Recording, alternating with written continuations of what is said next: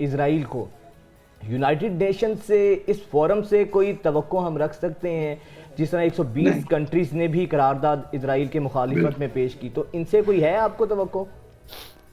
میں بدقسمتی سے کہوں گا کہ ذمہ داری تو یونائٹڈ نیشن کی بہت ہے، لیکن توقع مجھے بالکل نہیں ہے۔ اس کی وجہ یہ کہ ماضی میں بھی قراردادیں پیش کی گئیں اور ان قراردادوں کو امریکہ اپنی طاقت کے بل بوتے پر ویٹو کرتا رہا۔ 70 سالوں میں امریکہ نے ٹوٹل 80 قراردادیں ویٹو کی ہیں، جس میں سے 40 قراردادیں صرف اسرائیل مخالف قراردادیں ہوتی تھی، اور ابھی بھی 2 ہفتے پہلے جو اسرائیل کے خلاف قرارداد پیش کی گئی اس کو امریکہ نے ویٹو کر دیا۔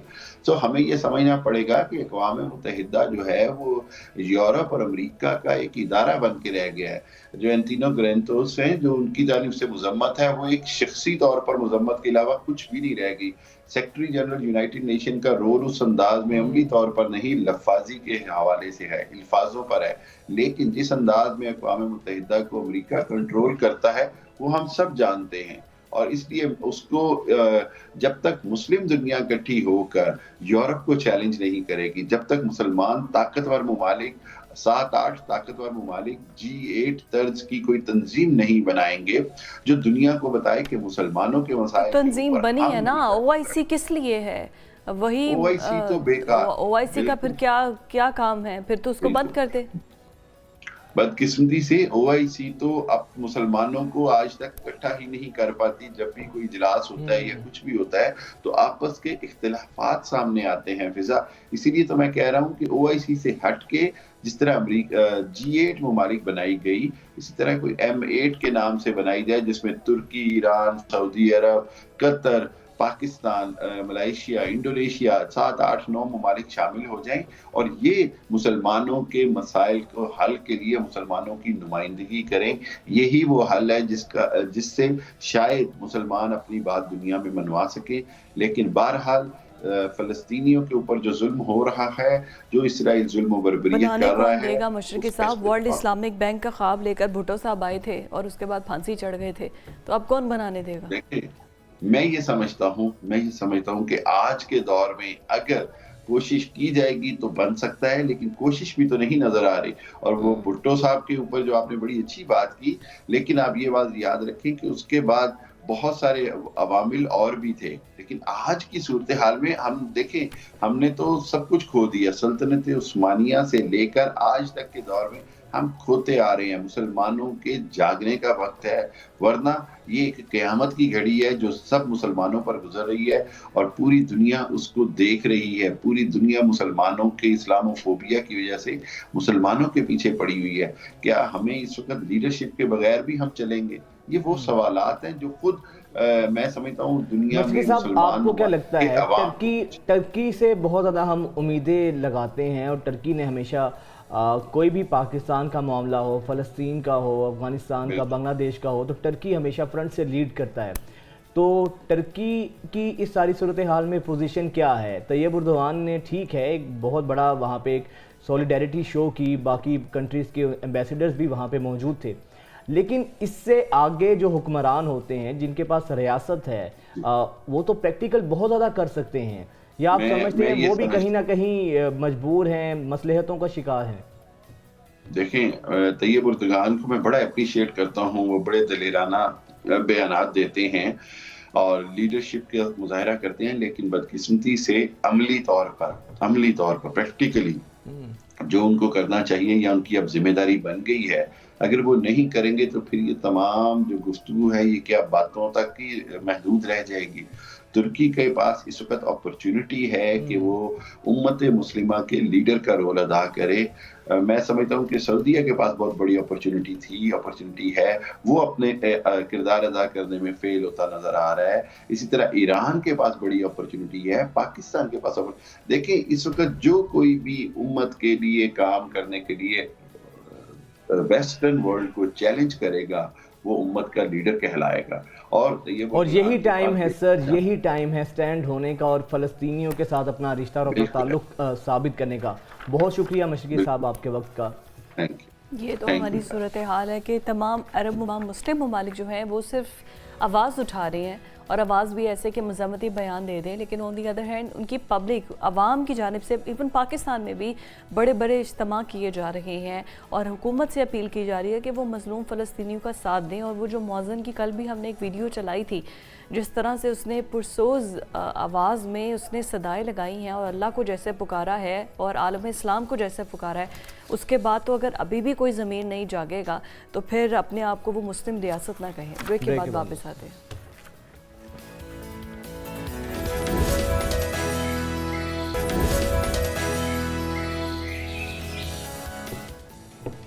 لاہور کے اندر، کراچی کے اندر جو رہنے والے لوگ ہیں وہ تو کل اور آج کے دن سے جس طرح سے ملک میں اسموگ دیکھ رہے ہوں گے کہ آپ صبح کے ٹائم اٹھتے ہیں، سورج کی کرنوں سے پہلے ہی آپ کو ایسے دھوئیں کے بادل چھائے نظر آتے ہیں. اتنا اسموگ ہے، کل سارا دن اتنا اسموگ رہا. کل رات میں یہ دیکھ رہا تھا کہ چاند گہنایا گیا تھا، چاند کا حسن گہنا دیا گیا تھا، چاند بھی اتنا برائٹ اور کلیئر نظر نہیں آ رہا تھا صرف اسموگ کے باعث. اور یہ اتنا آپ دیکھیں کہ اتنا یہ خطرناک معاملہ ہے، اتنی زیادہ یہ خطرناک چیز ہے، آنکھوں اور سانسوں کی بیماریوں میں اس سے اضافہ ہوتا ہے، بے شمار بیماریاں اس سے پیدا ہوتی ہیں. لیکن المیہ یہ ہے کہ ہمارے ہاں اگر اس پر کوئی کام بھی کیا جاتا ہے تو ابھی تک ہم کنفیوز ہیں. آپ کو پتہ گورنمنٹ نے کہا تھا کہ بدھ کو چھٹی ہوگی اور چھٹی پر آگے، لیکن وہ بھی ابھی تک نہیں ہو سکی ہے.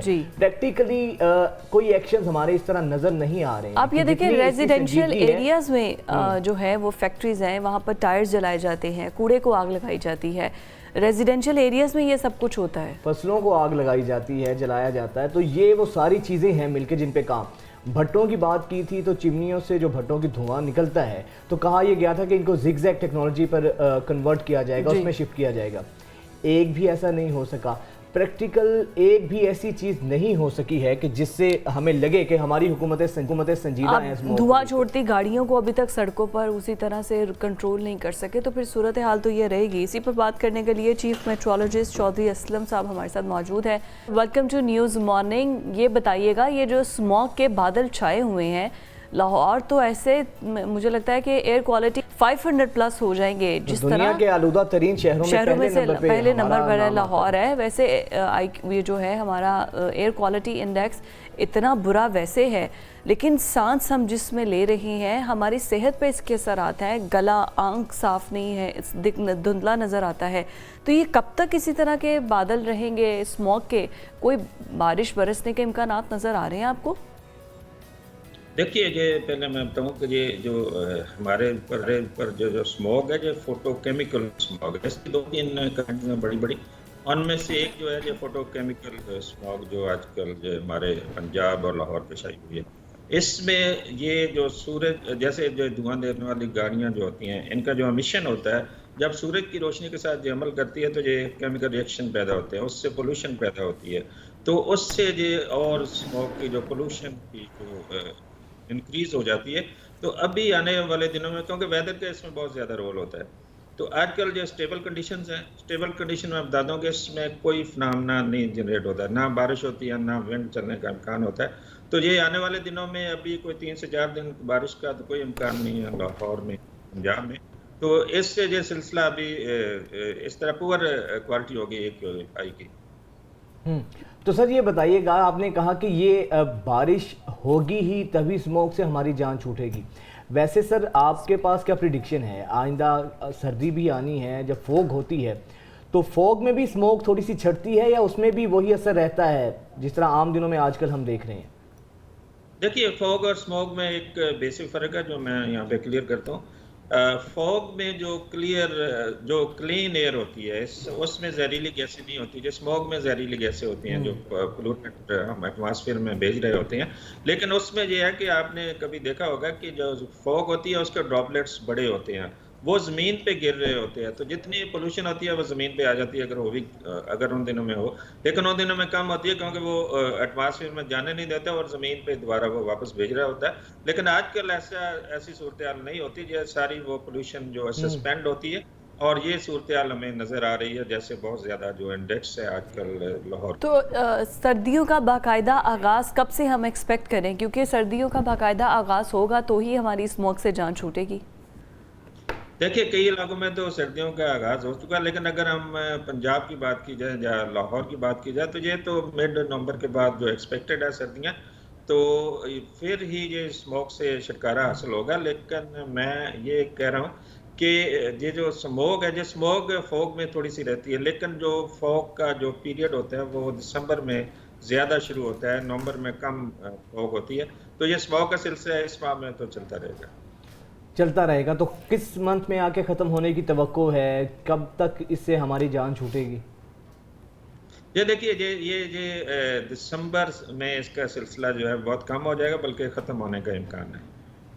اچھا یہ بتائیے گا چودھری صاحب کہ ویسے ایئر کوالٹی انڈیکس فضا کا کتنا، ہمارا تو 445 ہے، 445، تو نارمل کتنا ہونا چاہیے ہے جس کے پازیٹیو امپیکٹ آتے ہیں؟ دیکھیے یہ جو انوائرمنٹ والوں نے جو بنائے ہوئے ہیں ان کے تو 150 تک تو یہ ٹھیک ہوتا ہے، اس کے بعد جو زیادہ جو انہیلدی ہو سکتا ہے تو 150 تک تو یہ بیریبل ہے. لیکن اگر آپ کہہ سکتے ہیں تو 100 تک تو یہ بہت اچھا ہوتا ہے، بہت گڈ کوالٹی اس کی ہوتی ہے. تو سر یہ بتائیے گا، یہ جو محکمہ موسمیات ہے آپ کا، یہ پریڈکٹ بھی کرتا ہے یا اس کے تداخل سے بھی کوئی اویئرنیس بھی پیدا کی جاتی ہے؟ کوئی جو اویئرنیس کیمپینز ہیں ان کو بھی لانچ کیا جاتا ہے؟ کیونکہ آپ کی منسٹری جو آپ کا جو محکمہ ہے یہ تو سب سے ریلیونٹ ہے اس سے متعلق. جی بالکل، اسموگ جو بنتی یہ ویدر کی وجہ سے ہے. ویدر اگر کوئی اسٹیبل کنڈیشن نہ ہو، جس طرح آج کل بہت زیادہ اچھی کنڈیشن ہے اس کے لیے فیوریبل ہے، تو یہ بنتی نہیں ہے. ہم دیکھیں، ہم جو فورکاسٹ دیتے ہیں یا لوگوں کو اویئرنیس دیتے ہیں وہ تو میڈیا کے تھرو، پرنٹ یا الیکٹرانک میڈیا ان کے تھرو دیتے ہیں، اور اس کے ساتھ ساتھ فورکاسٹ بھی دیتے ہیں. کیونکہ یہ اس کا ابھی آج کل جو سچویشن ہے اس میں ونڈ بالکل کام ہے، جو لائٹ کہہ لیں آپ، اور جو ونڈ بھی چلے گی تو وہ انڈیا کی طرف سے آئے گی، اس میں مائسچر ہوتی ہے. تو یہ جب مائسچر زیادہ اس میں ہوتی ہے تو وہ اور خطرناک اس کی کنڈیشن ہو جاتی ہے. رائٹ، بالکل ٹھیک ہے. بہت شکریہ. چیف میٹرولوجسٹ محمد اسلم ہمارے ساتھ موجود تھے. اور لیکن آپ یہ دیکھیں کہ جتنا یہ سینسیٹیو معاملہ ہے، ہماری حکومتوں کے کسی بھی ایکشن سے آپ کو لگا ہے ایکشن اگر لیا بھی جاتا ہے نا تو عدالتیں لیتی ہیں، لاہور ہائی کورٹ لیتی ہے، لاہور ہائی کورٹ کی جانب سے لیا گیا، بٹ پریکٹیکلی ہماری گورنمنٹس کی شاید ترجیحات کا ان کو آئیڈیا ہی نہیں ہے، یا ان کو اس چیز کی ریئلائزیشن ہی نہیں ہے کہ کتنا حساس معاملہ ہے ہمارے فیوچر کا، بلکہ پریزنٹ کا ہمارا یہ معاملہ ہے. ایئر کوالٹی انڈیکس اتنا گر جانا اور لاہور کا آلودہ ترین شہروں کے اندر پہلے نمبر پہ دنیا کا آ جانا، یہ معمولی بات تو نہیں ہے. ہمارے جو پولیٹیشینز آئی ہیں، ہماری حکومتیں، آپ کو لگتا ہے کہ پرائم منسٹر ہاؤس جو ہے وہ بھاٹی گیٹ کے اندر موجود ہے، یا ہمارا جو جاتی عمرہ ہے، ملک کے وزیر اعظم ہے نا، اب یہ دیکھیں سب سے زیادہ گندا جو شمالی علاقہ ہے لاہور کا وہی ہے نا جہاں پر زیادہ کنڈینس ہے، وہاں پر بہت زیادہ لوگ رہتے ہیں، وہاں پر گاڑیوں کی آمد و رفت بہت زیادہ ہے، وہاں پر ریزیڈینشل ایریا میں فیکٹریز لگی ہوئی ہیں. اس سائڈ پر آپ چلے جائیں شمالی لاہور والی سائڈ پہ تو آپ کو نظر آئے گا کہ آگے مغل پورہ سے آگے جاتے ہوئے کتنا زیادہ پولیوشن ہے. یا پھر آپ ادھر سے ان جگہوں پر چلے جائیں جو کہ ابھی رائبنڈ والی سائڈ پہ ابھی جگہ بننی ہے، وہاں پر آپ کو پھر تھوڑا بہتر ملے گا ایئر کوالٹی انڈیکس. پاکستان کے 2-3 ایسے بنیادی مسئلے ہیں جن کو جتنے بھی ماہرین ہیں وہ یہ کہہ رہے ہیں کہ اگر ان تینوں پہ نہ ہوا تو پاکستان کے حالات خدا نہ خواستہ بہت ورسٹ ہو سکتے ہیں. پہلے نمبر پہ جو ہماری آبادی اتنی تیزی سے بڑھ رہی ہے، آپ کے ریسورسز ہی نہیں ہیں، پتہ ہی نہیں ہے کہ آبادی کتنی زیادہ ہماری بڑھ رہی ہے. پھر دوسرا پانی کا معاملہ ہے، اب میٹھے پانی سے اوپر اتنے ایشوز ہیں، پانی کو لے کے فیوچر میں اتنا زیادہ مسئلہ اس کا خدا نہ خواستہ کریٹ ہو سکتا ہے، لیکن کوئی ایک بھی ہماری حکومت کی ترجیح میں پانی ہے ہی نہیں. میٹھے پانی سے گاڑیوں کو دھویا جا رہا ہے، جو صاف ستھرا پانی ہے اس کو ریسائیکل نہیں کیا جاتا، باہر اس ایک ہی پانی کو ریسائیکل کر کے جو بارشیں ہوتی ہیں تو وہ بارشیں ہمارے لیے مزید تباہی اور نقصان کا باعث بنتی ہیں. تو اس کے بعد پھر یہ کلائمیٹ چینج ہے، پوری دنیا کانفرنسز کروا رہی ہے، پوری دنیا میں جتنے بھی بڑے ماہرین ہیں وہ سر جوڑ کر بیٹھے ہیں، بٹ ہماری حکومتوں کی پریورٹیز میں کہیں یہ چیز ایگزسٹ ہی نہیں کرتی ہے.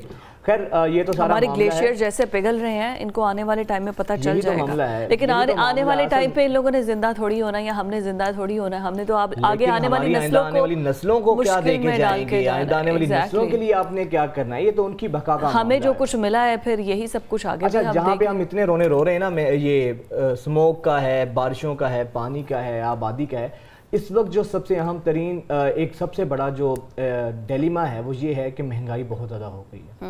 مہنگائی کے باعث عام آدمی تو بیچارہ بالکل ہی پس کے رہ گیا, لیکن اس کے ساتھ جو اس کی بائی پروڈکٹ وہ یہ ہے کہ ملک میں ڈپریشن کے مریضوں میں بہت زیادہ اضافہ ہوا ہے. یہ انزائٹی ڈپریشن یہ تو بڑا کامن ہے, اور جو ڈپریسڈ لوگ ہوتے ہیں وہ اس کو بیماری تھوڑی سمجھتے ہیں, یہ تو سمجھتے ہیں کہ اس کا خون بڑا گرم ہے, یہ اپنے دادے پر گیا ہے اس کی عادتیں, یا کوئی بہت زیادہ اکتاہٹ میں بات کرتا ہے تو یہ ہر وقت ہی چڑی رہتی ہے, اس کی عادت ہی چڑچڑا پن والی ہے.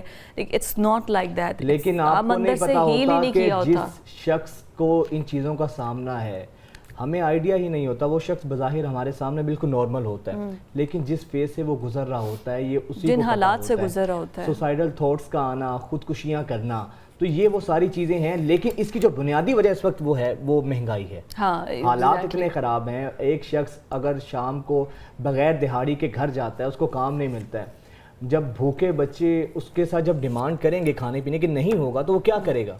تو یہ وہ حالات ہیں, اور اسی وجہ سے یہ جو ڈپریشن ہمیں نظر آ رہا ہے, چڑچڑاپن, گھریلو ناچاکیاں, ان سب کی جو بنیادی وجہ ہے وہ یہی ہے کہ ہمارے حالات معاشی طور پہ اتنے خراب ہو چکے ہیں کہ ہر شخص آپ کو فرسٹریٹ ہوتا نظر آ رہا ہے. اور جو مینٹل ہیلتھ انسٹیٹیوٹ ہے ان کی جانب سے بتایا جا رہا ہے کہ ہر سال تعداد میں اضافہ تو ہو رہا ہے, لیکن ہمارے پاس تو اتنی بیسک فیسلٹیز ہی نہیں ہے کہ ہم اتنے لوگوں کو ٹیک کیئر کر سکیں. یہاں تو پہلے ہمیں فلی اکوپڈ کیا جائے, اتنی فیسیلیٹیشن ہمیں دی جائے تاکہ ہمیں پتہ ہو کہ ہم نے اتنے لوگوں کی ٹیک کیئر کرنی ہے. اور جو بڑھتی ہوئی مہنگائی ہے اس کے لیے بہت کم موقع مل رہے ہیں اس وقت لوگوں کو کہ وہ اپنی فیملی کو ایک سروائیول کی جنگ ہے, ایک فیملی کو لے کر چل سکے, ایک نارمل فیملی. پہلے تو یہ تھا کہ 8-10 بچے ہوتے تھے تو ایک جو ماں باپ ہے وہ پوری فیملی کو لے کر چلتے تھے. اب تو 2-3 بچے جن کے ہیں ان کے لیے سروائیول کی جنگ بہت مشکل ہو گئی ہے. اس وقت اتنے برے حالات ہیں پاکستان کے اندر, لیکن مہنگائی کو کنٹرول کرنے کی ذمہ داری بھی حکومت کی عائد ہوتی ہے. دوسری جانب جو اسٹیٹ بینک آف پاکستان ہے انہوں نے اپنی 2 ماہ کی جو نئی مانیٹری پالیسی ہے اس کا اعلان کر دیا ہے, اور شرح سود کو 22% پر جو انٹرسٹ ریٹ ہے اس کو 22% تک برقرار رکھا گیا ہے. مطلب آپ رکھیے بینک میں پیسے اور 22% بینک سے انٹرسٹ لیتے جائیں, بجائے کہ ان پیسے کو کہیں انویسٹ کرنے کے. اور اس کا سب سے بڑا پھر نقصان یہ ہوتا ہے کہ جو سرکولیشن آف منی ہے رک جاتی ہے, جو روپے کا ارتکاز ہے وہ رک جاتا ہے. جب وہ رکتا ہے تو پھر آپ کا انریسٹ مزید پیدا ہوتا ہے, حالات مزید خراب ہوتے ہیں. چلیں جی, یہ تو مہنگائی, ڈپریشن, یہ ساری چیزیں تو پاکستانیوں کو میرا خیال ہے اب تو اس کے ساتھ جینے کی عادت کر لینی چاہیے. جتنے حالات کو ہم لوگ فیس کر رہے ہیں, اللہ ہی پاکستان کے حال پر رحم کرے. حاضر ہوتے ہیں بریک کے بعد.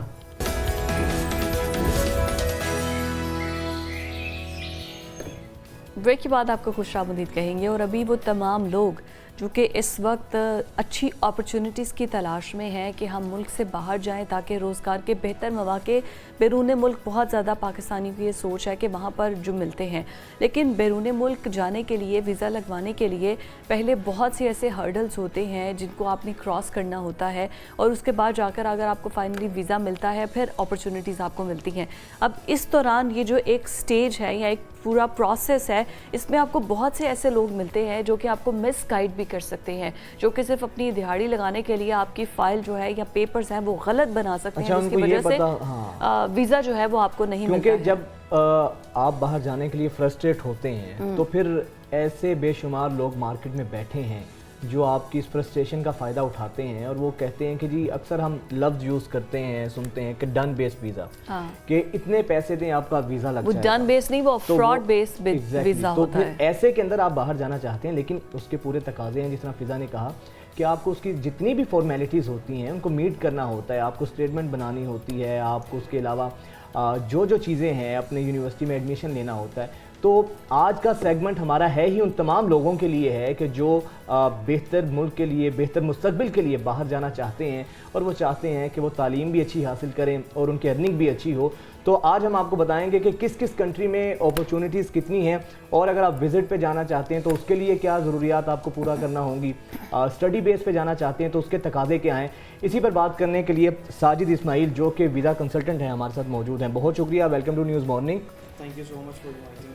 جزاک اللہ. ثاقب یہ بتائیے گا کہ کون سے ایسے ممالک ہیں سب سے پہلے تو ہم ون بائی ون کرتے ہیں کہ جہاں پر پاکستانی پاسپورٹ کی ویلیو ہے اور وہاں پر آپ جا بھی سکتے ہیں. اگر کوئی ہماری یوتھ باہر دیکھ رہی ہے جن کے پاس اتنا زیادہ بجٹ نہیں ہے, کیونکہ وزٹ کے لیے تو آپ کو سارا بینک سٹیٹمنٹ ہی چاہیے ہوتا ہے, تو ابھی تو اتنا کوئی بینک ویلدی تو ہے نہیں اس ملک کے اندر رہنے والے, تو کون کون سے ایسے ممالک ہیں جو کہ پاکستانیوں کو یا پاکستانی پاسپورٹ کو ویلکم کرتے ہیں؟ اگر پاکستانی پاسپورٹ کی ویلیو کی بات کی جائے تو unfortunately due to uncertain reasons in Pakistan اس ٹائم ویلیو تو نہیں ہے, to be very honest, and this is very unfortunate.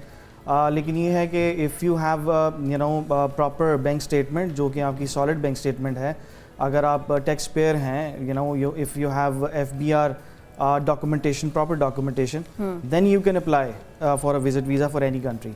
لیکن یہ بات کرنا کہ ویزا لگ جائے گا, it is not guaranteed actually, it depends on your paper work and if you have any travel history as well.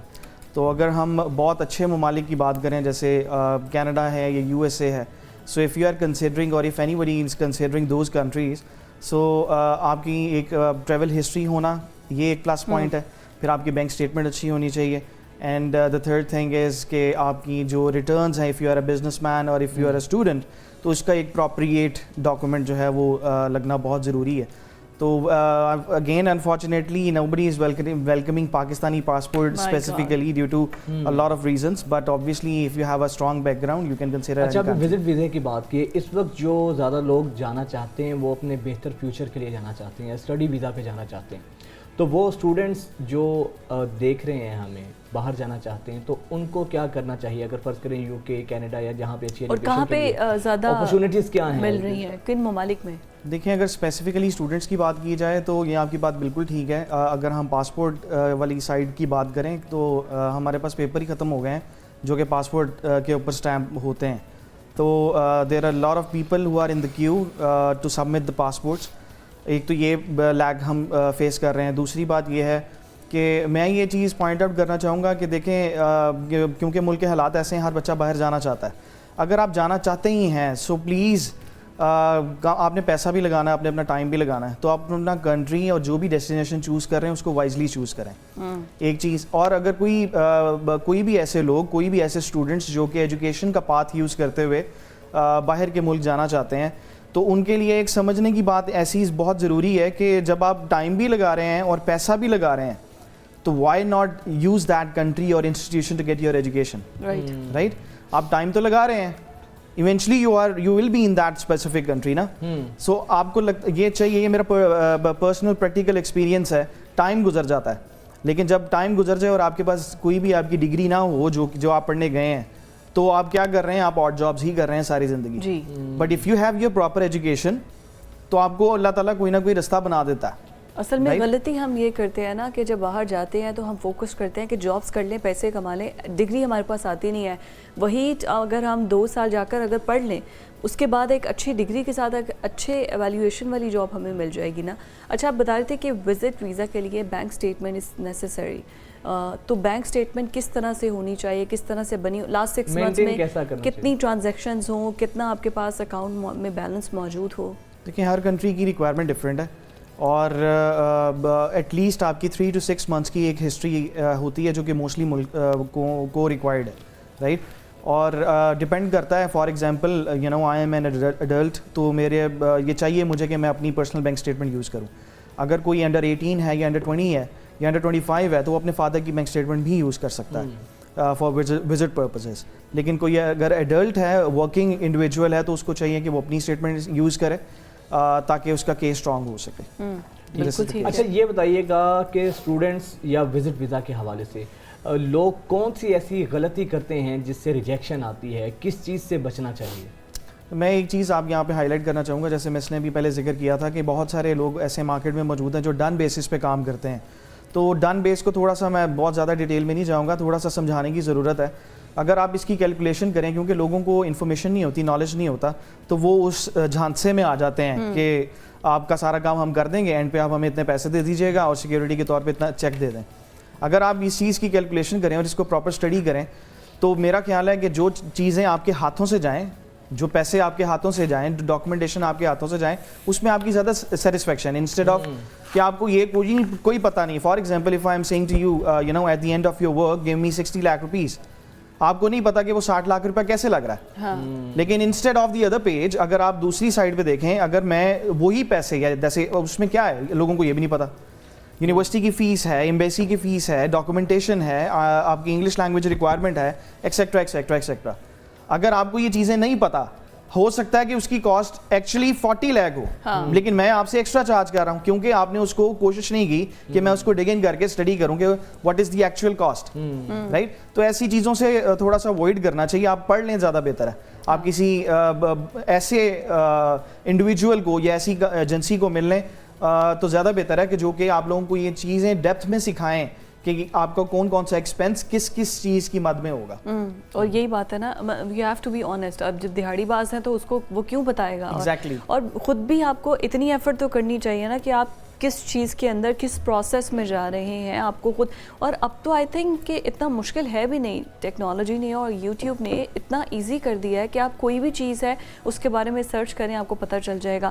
اچھا, کون سے آسٹریلیا بہت زیادہ لوگ جا رہے ہیں اسٹوڈنٹس, انگلینڈ بہت زیادہ اسٹوڈنٹس کو ویلکم کر رہا ہے, اور کون سے ایسے کنٹریز ہیں جو کہ جس میں اس وقت کینیڈا تو آل ٹائم فیوریٹ ہے ان لوگوں کا جو کہ باہر سیٹلڈ ہونا چاہتے ہیں.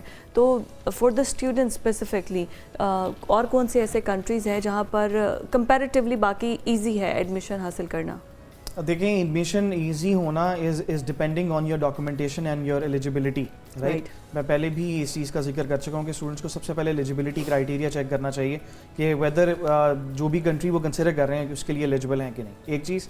دوسری چیز جو آج کل مارکیٹ میں کہہ سکتے ہیں آپ, جو جس کی ریکوائرمنٹ زیادہ ہے یا جس کی ہم لوگوں کو کوئریز زیادہ آتی ہیں, that is you know Finland as well, and Hungary, Denmark, Canada, Australia, USA and UK obviously, yes. So these are the countries. لیکن obviously time to time چیزیں جو ہیں وہ چینج ہوتی جاتی ہیں, اور ہر کنٹری کی جو امیگریشن پالیسیز ہیں وہ دوسرے کنٹریز سے ڈفر کرتی ہیں, right. So at the moment as per my information Australia جو ہے وہ اس ٹائم جیم پیکڈ ہے. سو بہت سارے لوگ اس سے ایگری بھی کریں گے کہ لوگوں کو 2 ماہ ہو گئے ہیں, ان کو ابھی تک ڈیسیژن نہیں ملا, right. So obviously they have their own capacity, جب تک اس کو وہ فلفل کر لیتے ہیں تب تک وہ اچھا انٹرٹین کرتے ہیں, otherwise they need some time you know to entertain or carry other students in the next coming intake. تو یہ چیز کا بھی خیال کرنا چاہیے. وزٹرز کے لیے ہے یا اسٹوڈنٹ کی بات کریں. تو وزٹرز کا کیا ایکسپیکٹ ریشو ہے؟ وزٹرز دیکھیں, there should be a valid reason why are you willing to visit that specific country, right. تو اگر فار ایگزامپل کینیڈا کی بات کریں, آسٹریلیا کی یا USA کی, یہ 3 ایسے کنٹریز ہیں جو کہ کمپیریٹیولی ٹف کنٹریز ہیں, رائٹ. تو ایسے لوگ فار ایگزامپل, اب اس میں بہت ساری ڈفرینٹ ڈومینز آ جاتی ہیں. If somebody is you know getting any invitation from any person who is living in Australia or any other country, تو اس کے لیے ویزا کمپیریٹیولی عام بندے کی نسبت لینا آسان ہے, رائٹ. اگر وہ کوئی انویٹیشن ارینج نہیں کر سکتا, فار ایگزامپل میری ایجوکیشن انڈسٹری ہے, so if I am getting any invitation from any educational institute, so comparatively میرا ویزا مجھے لینا آسان ہے, رائٹ. اگر ایسا کوئی بندہ ہے جو صرف اپنے you know business background یا اپنی بینک اسٹیٹمنٹ کے اوپر ویزا کو اپلائی کرنا چاہتا ہے, تو کمپیریٹیولی میری ویزا ریشو زیادہ ہوگی. That is how it works practically. لیکن تو اس میں لک کا بھی سین ہے, ٹو بی ویری آنیسٹ, ٹھیک ہے. ابھی کیونکہ ریسنٹ ٹائم میں ہم نے بہت ساری چیزیں نوٹس کی ہیں کہ same profile same thing, visit visa کی بات کر رہا ہوں, and some of the people got 6 months visa for US and multiple people got 5 years visa of USA, right. So اس میں لک بھی کام کرتی ہے. اس میں آپ یہ نہیں کہہ سکتے کہ اگر سیم پروفائل ہے, آپ کو پتا ہے کہ سب کچھ سیم ہے, so it is you know depending on visa officer کہ وہ کس طرح اس کو اسیس کرتا ہے. ہاں, یہ تو اگلے کے دماغ پر ہے نا, لک تو بہت کام کرتی ہے. اچھا, ریجیکشن ریٹ کس ملک کا اس وقت ہائی جا رہا ہے؟ I don't know if I should say the name of the country or not, but Australia اس ٹائم rejections دے رہا ہے. جیسے میں نے ایک چیز ہائی لائٹ کی ہے کہ they are jam packed at the moment, so currently they are giving rejections. اور Canada it is bit lenient till December 23, جو کہ ہماری انفارمیشن ہے. تو USA بھی is fine. تو زیادہ ریجیکشن اس ٹائم آسٹریلیا کی آ رہی ہیں, لیکن it will be okay in coming days. اچھا, عرب کنٹریز کی طرف لوگ رجحان نہیں کرتے, مڈل ایسٹ کی طرف یا اس طرح ادھر پڑھنے کو, یا اس طرف نہیں آتے. جو پاکستانی یا ساؤتھ ایشین اسٹوڈنٹس کی بات کریں تو obviously you know they have a mentality if we are spending that much amount on education تو ہم you know عرب ملکوں میں کیوں جائیں, رائٹ. اگر آپ تھوڑا سا اس کو ڈگ ڈاؤن کریں تو آپ کو میں انفارمیشن کے لیے بتا دیتا ہوں, there are multiple universities who have their campuses in Dubai, right. لیکن پاکستان سے ان کی ریکروٹمنٹ تھوڑی سی سلو ہے, کیونکہ سمجھنے کی بات ہے یہ بھی, اگر you know they have very handsome packages for students کہ آپ دبئی کیمپس میں اپنی ڈگری کا کچھ ٹائم پڑھیں, you know tutors will be from that mother country, right, اور انسٹیٹیوشن, اور آپ کی ڈگری بھی وہیں سے آپ کو ملے گی, آپ کی ویلیویشن بھی اسی ہوم کنٹری سے ہوگی, رائٹ.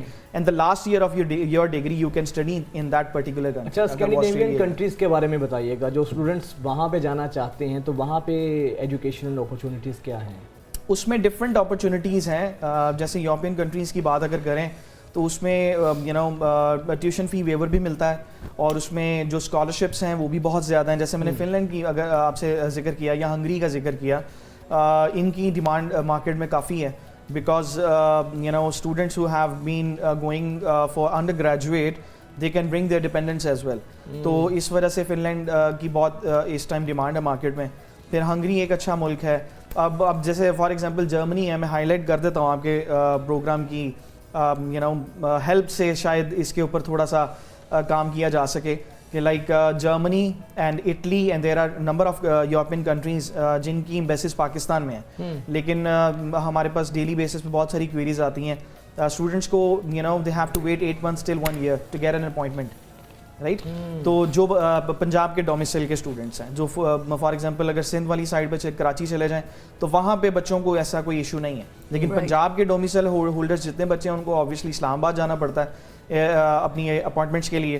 اور انفارچونیٹلی ان کنٹریز اور ان میں سے بہت سارے اور بھی کنٹریز ہیں جن کی اپوائنٹمنٹس لینا بہت مشکل ہے پاکستان میں, کہ بچوں کو 8 ماہ سے 1 سال لگ جاتا ہے اپوائنٹمنٹ کا ویٹ کرتے کرتے, اور تب تک آپ کا انٹیک گزر چکا ہوتا ہے. فن لینڈ کا میں تھوڑا سا یہاں پہ ہائی لائٹ کر دیتا ہوں کہ فن لینڈ کی ایمبیسی جو پاکستان میں ہے, they are only entertaining people who are going for visits, اور جو PR ہولڈر ہیں فن لینڈ کے. ادروائز جو اسٹوڈنٹس ہیں they have to travel to Abu Dhabi for their you know fingerprints and file submission. Hungary کی اچھی opportunity یہ ہے کہ ان کی جو یونیورسٹیز ہیں وہ بہت زیادہ سپورٹیو ہیں. If any student need an appointment you know for visa filing, تو university is responsible for that, university آپ کو ارینج کر کے دیتی ہے. تو اس وجہ سے یہ میں نے کنٹریز ہائی لائٹ کر دی ہیں as they are quite different. اور میرا خیال ہے کہ جو اسٹوڈنٹس یا جو لوگ ان تمام تر سوالوں کا جواب مل گیا ہوگا. ثاقب صاحب بہت شکریہ آپ کے آنے کا اور گائیڈ کرنے کا اسٹوڈنٹس کو ہمارے پلیٹ فارم کے تھرو. ناظرین یہی چیز ہے کہ اگر آپ جانا بھی چاہتے ہیں تو جانے کے لیے ڈیسپریٹ ہونے کی ضرورت نہیں ہے. چیزوں کو دیکھیں, سمجھیں اور پتہ کرائیں مارکیٹ میں کہ ریلیونٹ لوگ کون سے ہیں, بجائے اس کے کہ آپ جو آپ کی سیونگ ہے وہ بھی آپ اجاڑ بیٹھیں اور باہر جانے کے آپ کے ویزا بھی نہ لگے. Right decision at the right moment بڑا ضروری ہے. بریک کے بعد واپس آتے ہیں.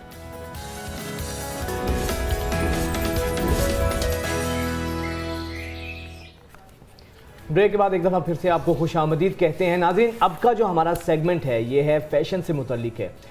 بہت سے لوگ فیشن انڈسٹری میں جانا چاہتے ہیں, ماڈلنگ کرنا چاہتے ہیں, تو اس کے لیے طریقہ کیا ہیں, پیمانے کیا. اور پاکستان میں بے شمار ہمارا ایسا ٹیلنٹ موجود ہے جو کہ بڑی جلدی اس انڈسٹری میں اپنا نام بنا رہے ہیں, پیسہ بھی کما رہے ہیں, نام بھی کما رہے ہیں.